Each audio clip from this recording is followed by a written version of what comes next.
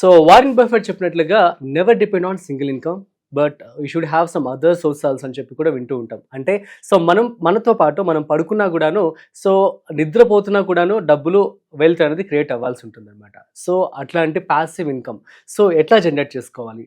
Most of the youth మనం చూస్తున్నట్లయితే active income వైపు మాత్రమే అడుగులు వేస్తూ ఉన్నారు. So active income in the sense monthly salary కావచ్చు, శాలరీ. సో శాలరీతో పాటు సైడ్ ఇన్కమ్ లైక్ రెంటల్ కావచ్చు, లేదంటే మ్యూచువల్ ఫండ్స్ ఇన్వెస్ట్మెంట్స్ కావచ్చు, ఇవన్నిటిని కూడా ప్యాసివ్ ఇన్కమ్స్ అని చెప్పి మనం అనుకోవచ్చు. ఇవన్నీ ఎలా జనరేట్ చేసుకోవాలి, దీంట్లో ఎటువంటి జాగ్రత్తలు మనం తీసుకోవాలి, అదే మనం పడుకున్నా కూడా మన డబ్బులు మన కోసం పనిచేస్తూ ఉండాలి. సో ఎలా క్రియేట్ చేసుకోవాలి ఇలాంటి వెల్త్ అనేది ఇవాళ మనతో చెప్పడానికి next gen financial solutions founder, financial expert Madhu garu ఉన్నారు. సో వారి మాటల్లోనే మరింత సమాచారం అడిగి తెలుసుకుందాం. Hi, hello, namaste, welcome to Suman TV. నేను మీ Rajeev Pasupuleti. So hi sir, నమస్తే.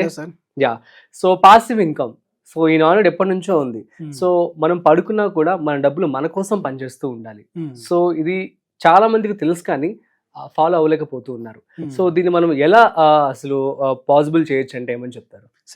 ప్యాసివ్ ఇన్కమ్ అనేది ప్రతి ఒక్కరి లైఫ్ కి చాలా ఇంపార్టెంట్ అనే చెప్తాను. నేను చాలా వరకు వీడియోలు ప్యాసివ్ ఇన్కమ్ పైన చేస్తున్నాను ఈ రోజు.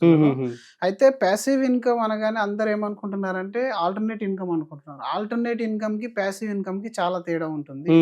ప్యాసివ్ ఇన్కమ్ అంటే మీరు కష్టపడకుండా మీ బ్యాంక్ అకౌంట్ లో కొంత అమౌంట్ రావడాన్ని ప్యాసివ్ ఇన్కమ్ అంటారు. దానికి బెస్ట్ ఎగ్జాంపుల్ రెంటల్ ఇన్కమ్ అండి. అయితే ఈ రెంటల్ ఇన్కమ్ మనం తీసుకోవాలంటే మన దగ్గర ప్రాపర్టీ ఉండాలి. మరి ప్రాపర్టీ కొనాలంటే సంవత్సరాల టైం పడుతుంది. ఇంకొకటి చాలా మంది ఏం చేస్తున్నారంటే ఇంకా ఎక్స్ట్రా జాబ్లు ఓవర్ టైం డ్యూటీలు చేసేసి సంపాదిస్తున్నారు. అది ప్యాసివ్ ఇన్కమ్ అనే భ్రమలో ఉన్నారు. నిజానికి అది ప్యాసివ్ ఇన్కమ్ కాదు, అది కూడా ఒక యాక్టివ్ ఇన్కమ్. ఎందుకంటే మీరు పని చేస్తేనే వస్తుంది. అది పని చేయకుండా కూడా రావాలి అని అంటే it is possible only when you invest. ఆ ఇన్వెస్ట్మెంట్ లో the best passive income solution కానీ మీరు చూసినట్టయితే మ్యూచువల్ ఫండ్ లో అనేది ఉంటుంది. అంటే ప్యాసివ్ ఇన్కమ్ లో ఈ రోజుల్లో చాలా రకాల ఆప్షన్స్ ఉన్నాయి. ఆ ఆప్షన్స్ లో మీరు చూసుకున్నట్టయితే ఫిక్స్డ్ డిపాజిట్ నుంచి కూడా మీకు ప్యాసివ్ ఇన్కమ్ వస్తుంది మీ దగ్గర కార్పస్ ఉంటే. అలాగే మీకు ఏంటంటే ఇంకా కొన్ని రకాల ఆప్షన్స్ అనేవి ఉంటాయి ప్యాసివ్ ఇన్కమ్ జనరేట్ చేసుకోవడానికి. స్టాక్ మార్కెట్ నుంచి కూడా ఏదో స్టాక్స్ రెంట్ కి ఇచ్చేసి ఈ రోజు ప్యాసివ్ ఇన్కమ్ తీసుకుంటున్నారు, అది కూడా ఆప్షన్ ఉంది. ఇవన్నిటితో అన్యూనిటీ అనేది ఒకటి ఉంటుంది. అన్యూనిటీ ఇన్సూరెన్స్ లో ఉంటుంది. అందులో లంప్స్ అమౌంట్ మీరు డిపాజిట్ చేయాలి, దాని నుంచి మంత్లీ మీకు అన్యూనిటీ అనేది ఇచ్చేస్తారు. బట్ వీటన్నిటిలో ప్రాబ్లం ఏంటి అంటే మీ దగ్గర కార్పస్ ఉండాలి.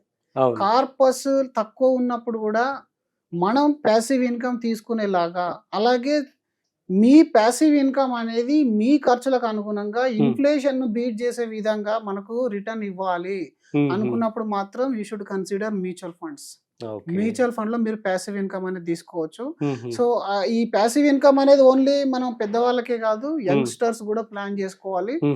ఈ ప్యాసివ్ ఇన్కమ్ అనేది అసలు మ్యూచువల్ ఫండ్ లో ఎలా ప్లాన్ చేయాలనేది మీకు నేను ఈ రోజు ఎక్స్ప్లెయిన్ చేస్తాను. జనరల్ గా అందరూ అనుకునేది ఏంటంటే ప్యాసివ్ ఇన్కమ్ త్రూ ప్రాపర్టీ అయితేనే చాలా బాగుంటుంది అని చెప్పి అనుకుంటారు. కానీ అందులో ఈల్డ్ అనేది తక్కువ, కార్పస్ అనేది ఎక్కువ. సో అది మనం మెయింటైన్ చేయలేము. ఫిక్స్డ్ డిపాజిట్ లో ఇన్ఫ్లేషన్ బీట్ చేసేంత రిటర్న్ అనేది రాదు. సో ఈ రెండింటిని మనం కాస్త పక్కన నెట్టేస్తే ఇప్పుడు మన దగ్గర ఉన్నది మ్యూచువల్ ఫండ్స్. ఈ మ్యూచువల్ ఫండ్స్ లో ఏంటంటే balanced advantage fund and hybrid equity funds అని రెండు రకాలు ఉంటాయి. ఈ బ్యాలెన్స్డ్ అడ్వాంటేజ్ ఫండ్ లో ఎలా ఉంటుందంటే మార్కెట్ యొక్క మూవ్మెంట్ ని బట్టి ఈక్విటీ అండ్ డెట్ కాంబినేషన్ లో మీ ఇన్వెస్ట్మెంట్ అనేది హోల్డ్ చేస్తారు వాళ్ళు. ఫండ్ మేనేజర్ ఈక్విటీలో ఆపర్చునిటీ కనబడితే ఈక్విటీ సైడ్ మీ ఇన్వెస్ట్మెంట్ ని మార్చుకుంటాడు. అలాగే మీకు ఈక్విటీలో రిస్క్ కనబడ్డప్పుడు దాన్ని డెట్ లోకి మార్చేసి డెట్ నుంచి విత్డ్రాల్ చేసి ఇస్తాడు ఎవ్రీ మంత్. ఈ ప్యాసివ్ రెండిట్లలో కాంబినేషన్ లో ఉంటుంది కాబట్టి డౌన్ అయినా అప్ అయినా ప్రాబ్లం అనేది లేదు. సో మీరు ఒక 10-15 సంవత్సరాల హిస్టరీ కనుక చూసుకున్నట్టయితే ఈ బ్యాలెన్స్ అడ్వాంటేజ్ ఫండ్స్ లేదా hybrid equity funds the worst return అనేది జనరేట్ చేసింది 9.5-10%. ఓకే, ఇప్పుడు మనం హైబ్రిడ్ ఈక్విటీలోకి వెళ్తే అది ఒక 12% రిటర్న్ అనేది జనరేట్ చేసింది. మీరు ఇక్కడ ఒక 6% కనుక ప్లాన్ చేసుకున్నట్టయితే ఒక 6% మీరు తీసేసుకుంటున్నారు. మిగిలిన ఏదైతే ఎక్స్ట్రా ఇన్కమ్ ఉందో, ఏదైతే ఎక్స్ట్రా రిటర్న్ జనరేట్ అయిందో అది మీ క్యాపిటల్ ని అప్రిషియేట్ చేస్తుంది. అంటే ఫిక్స్డ్ డిపాజిట్ లో మీరు ₹1,00,00,000 ఇస్తే మీకు అక్కడ సంవత్సరానికి 7 లక్షలు ఇస్తారు, కానీ మీ కోటి లాగే ఉంటుంది. ఇంట్రెస్ట్ అనేది రెడ్యూస్ అవుతూ ఉంటుంది. ప్రతి 10 సంవత్సరాలకు 3% ఇంట్రెస్ట్ అనేది రెడ్యూస్ అవుతుంది ఇండియాలో, రైట్?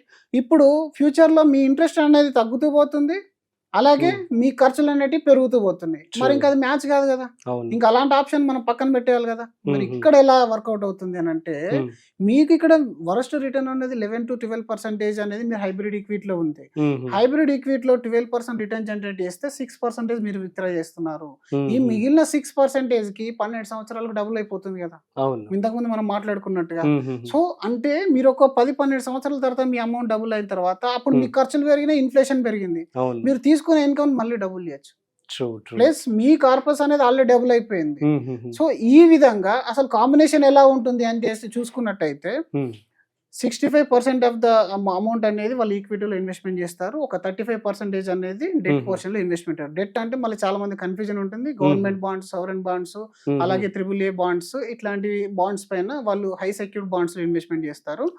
ఈక్విటీలో మాత్రం కాస్త లార్జ్ క్యాప్ అట్లాంటి సెక్టార్ లో వాళ్ళు హోల్డ్ చేసి పెడతారు బ్యాలెన్స్ అడ్వాంటేజెస్ లో మార్కెట్ ను బట్టి. మరి ఇది ఇప్పుడు నాకు రిటర్న్ అనేది అంటే ఇప్పుడు తగ్గింది అంటే ఇప్పుడు వాలటైల్ మార్కెట్ లో ఉన్నాను. మరి అలాంటి టైంలో నా ఉన్న యూనిట్స్ అన్ని కంప్లీట్ అయిపోతాయి కదా విత్డ్రా చేసేస్తే. ఎగ్జాక్ట్లీ. కాకపోతే ఇక్కడ నేను చెప్పినట్టుగా డెట్ పోర్షన్ ఉండడం వల్ల ఆ ఈక్విటీ వాలటైల్ పీరియడ్ తగ్గేంత వరకు డెట్ నుంచి ఆటోమేటెడ్ గా విత్డ్రా మీ బ్యాంక్ అకౌంట్ లో పడుతుంది. అంటే డెట్ ఒక 7% రిటర్న్ జనరేట్ చేసింది, మీరు 6% తీసుకున్నారు, స్టిల్ వీఆర్ యాడింగ్ 1%. అలా పీరియడ్స్ కూడా మాక్సిమం 6 months నుంచి 1 year ఉంటుంది.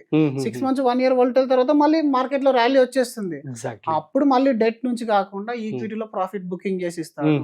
ఇది ఒక అద్భుతమైన సిస్టమ్. మీరు ఒక 15-20 సంవత్సరాల కింద ఎవరైనా ఒక 20 lakhs పెట్టిన వాళ్ళని కానీ మీరు ఈ రోజు అబ్జర్వ్ చేసినట్టయితే ఆ 15-20 లక్షల వర్త్ అనేది ఈ రోజు 80 lakhs అయింది.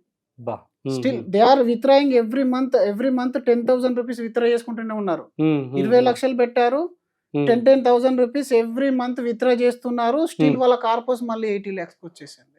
సో కాబట్టి ప్యాసివ్ ఇన్కమ్ మరి దీన్ని ఎలా క్రియేట్ చేసుకోవాలి అని అంటే, మీ దగ్గర క్యాపిటల్ ఉంటే ఓకే, క్యాపిటల్ లేకుంటే త్రూ ఎస్ఐపి మీరు ఎస్ఐపి చేయండి. ఇంతకుముందు చాలా వీడియోస్ లో చెప్పాము, ఒక 15,000 ఎస్ఐపి కనుక మీరు 15 సంవత్సరాలు వేస్తే ₹1 కోటి అవుతుందని చెప్పేసి. మీరు ఆ విధంగా ఎస్ఐపి చేస్తూ ఒక కార్పస్ బిల్డ్ చేసుకోండి.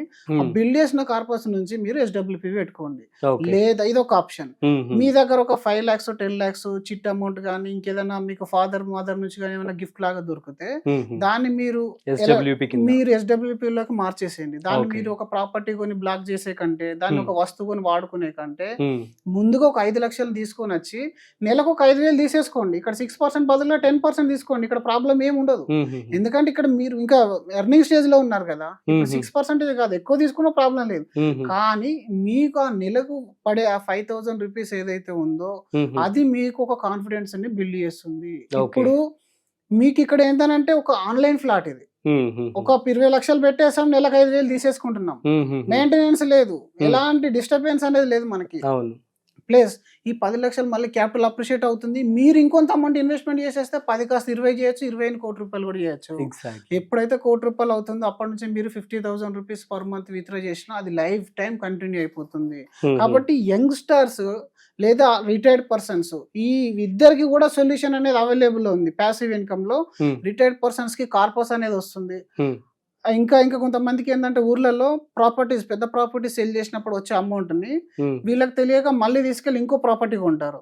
ఆ ప్రాపర్టీ కొనడం వల్ల మీరు బతికిన రోజులు అది అందులోనే గ్రో అవుతూనే ఉంటుంది.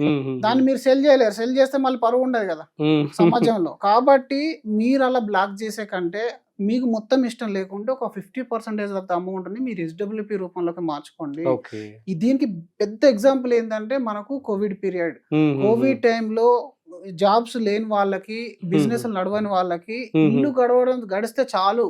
ముఖ్యంగా లెక్చరర్స్, టీచర్స్ అయితే ప్రైవేట్ ఫీల్డ్ లో ఉన్న వాళ్ళందరికీ మంచి కాలేజ్ లెక్చరర్స్ మెకానికల్ గా మారిపోయారు. నేను నమస్తే తెలంగాణలో చాలా ఆర్టికల్ చదివాను. అక్కడ చూసినప్పుడు అనిపించింది, ఇంత ఎడ్యుకేటెడ్ ఫీల్డ్ లో ఉండి కూడా మనం ప్యాసివ్ ఇన్కమ్ పైన ఎందుకు ఫోకస్ చేయట్లేదు? ప్లాట్లు ఉన్నాయి, అన్ని ఉన్నాయి, కానీ అప్పుడు అమౌంట్ లేదు కదా. ఎవరు కొంటున్నారు? అసలు ఎవరి దగ్గర అమౌంట్ లేదు. ఇలాంటి సిచ్యువేషన్స్ ఇప్పటికీ ఆగిపోలేదు. ఫ్యూచర్ లో వచ్చే ఛాన్స్ కూడా ఉంటది.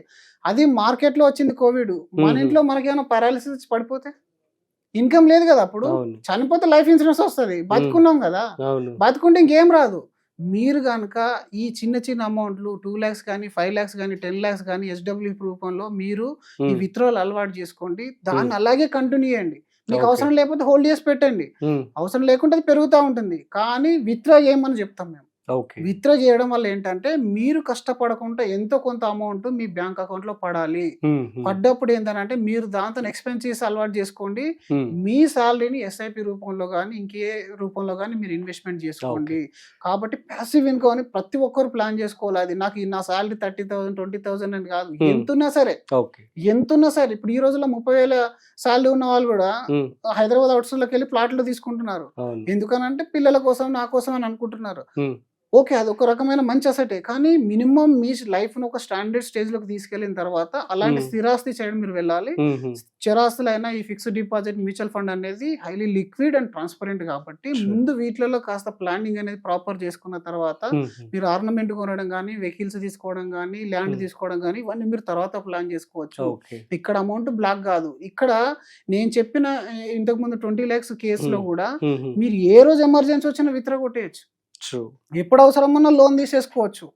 ట్రాన్స్పరెంట్ గా ఉంది, ఎక్కడెక్కడ ఏ స్టాక్ లో ఉంది, ఏ కంపెనీలోకి వెళ్ళింది అనేది మొత్తం మన కళ్ళ ముందే కనబడుతుంది. సో కాబట్టి ప్రతి ఒక్కరు ప్యాసివ్ ఇన్కమ్ పైన దృష్టి పెట్టేసి ఈ విధంగా వాళ్ళు ప్లాన్ చేసుకోవాలి. మీకు స్క్రీన్ పైన కూడా కొన్ని రకాల ఇమేజెస్ అనేది నేను ఇస్తున్నాను. దానిలో అసలు నిజానికి ఎంత అమౌంట్ పెట్టారు, ఎంత అమౌంట్ విత్డ్రా చేశారు, ఎంత మనం డిస్కస్ చేసుకునే కంటే ఎక్కువగా వాళ్ళు చూస్తే అర్థమైపోతుంది.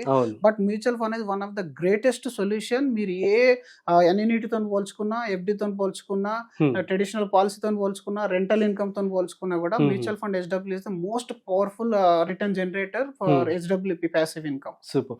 ఇప్పుడు హెచ్డబ్ల్యూపీలో ఒక 5 మినిమం ఇన్వెస్ట్మెంట్ వచ్చేసి 10 లక్షలు. లేదు, అలా ఏముండదు. మీరు ₹1,00,000 నుంచి కూడా స్టార్ట్ చేయొచ్చు. సో మినిమం ఒక ₹1,00,000 నుంచి కావచ్చు, 5 లక్షలు కావచ్చు, 10 లక్షలు కావచ్చు.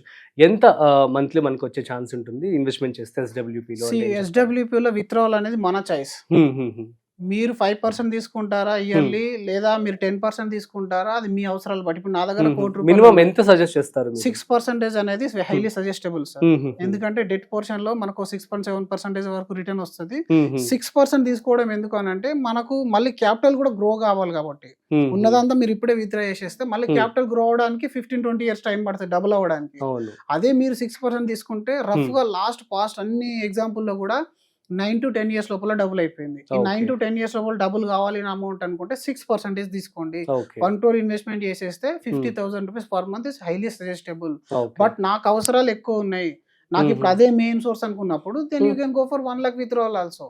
కానీ మీకు అవసరం లేనప్పుడు తగ్గిస్తూ ఉండండి దాన్ని. 6% ఐడియల్ సార్. 6% ఐడియల్ తీసేసుకోవాలి. Super. Thank you so much Madhu garu. Thank you so much sir. So guys, అర్థమైంది కదా మరి పాసివ్ ఇన్కమ్ అనేది జనరేట్ చేయడం ఎంత అవసరమో. సో కాబట్టి మీరు యాక్టివ్ ఇన్కమే కాకుండా పాసివ్ ఇన్కమ్ వైపు కూడా అడుగులు వేయండి. So SWP is one of the good option. So చాలా బాగా చెప్పి at the same time mutual ఫండ్స్లో సిప్. సో అదే అనమాట. సో మీ అందరికి అర్థమైందని చెప్పనుకుంటున్నాను. మీకు కనుక ఏమైనా డౌట్స్ ఉన్నట్లయితే కామెంట్ చేయండి, మేము మీకు రిప్లై ఇస్తాము. అట్ ది సేమ్ టైం మీరు కింద స్క్రోల్ అవుతున్నటువంటి నెంబర్కి కాల్ చేయండి. మీకు మధు గారే క్లియర్గా డౌట్స్ కూడా క్లారిఫికేషన్ చేయడం జరుగుతుంది. That's it. సో మరొక ఇంట్రెస్టింగ్ కాంటెంట్తో మళ్ళీ కలుద్దాం. అంతవరకు చూస్తూనే ఉండండి సుమన్ టీవీ.